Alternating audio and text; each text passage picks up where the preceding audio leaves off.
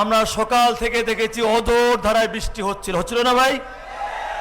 কিন্তু আল্লাহর কি নিয়ামত, যখন এই মাননীয় প্রধানমন্ত্রী তারেক রহমান এখানে পদার্পণ করলেন, আল্লাহর রহমতে বৃষ্টি থেমে গেল। এটাই হচ্ছে জিয়াউর রহমানের সন্তান, খালেদা জিয়ার সন্তান, আল্লাহর নিয়ামত। কাজেই আজকের এই অনুষ্ঠানের প্রধান অতিথি আমাদের গণপ্রজাতন্ত্রী বাংলাদেশ সরকারের মাননীয় প্রধানমন্ত্রী তারেক রহমান।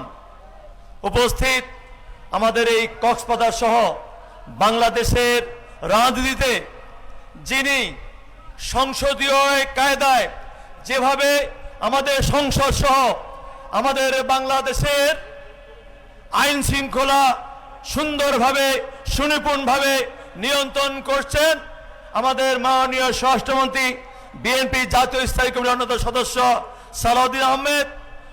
আমরা পানি সম্পদ মন্ত্রণালয়, আমরা এখানে পানি যেন শুনেন কথা শুনেন একটা মিনিট, এইখানে যেন এই নদীর প্রবাহ, এই খালের প্রবাহ যেন থাকে এবং এইখানে যেন শুকনো মৌসুমে এইখানে যেন আপনার সেচ দিয়ে ওই যে আমরা 8,000 কৃষককে সরাসরি এবং 40,000 বেশি মানুষ যেন এইখানে সুবিধা পায়, তার জন্য আমরা রেগুলেটর এইখানে এই খালের মধ্যে নির্মাণ করব, এই কথা আমাদের পানি সম্পদ মন্ত্রণালয় আপনাদের বলে যাচ্ছি।